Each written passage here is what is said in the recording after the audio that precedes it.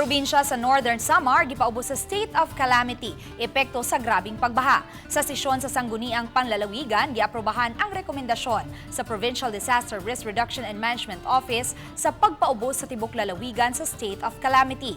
Tungod kini sa nasinating low pressure area o shear line, apektado ang kapin sa 55,000 ka mga pamilya.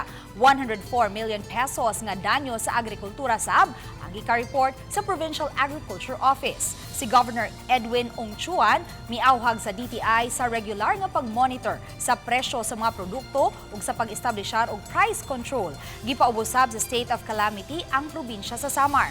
Moabot sa 256 ka mga barangay sa lalawigan ang apektado sa pagbaha.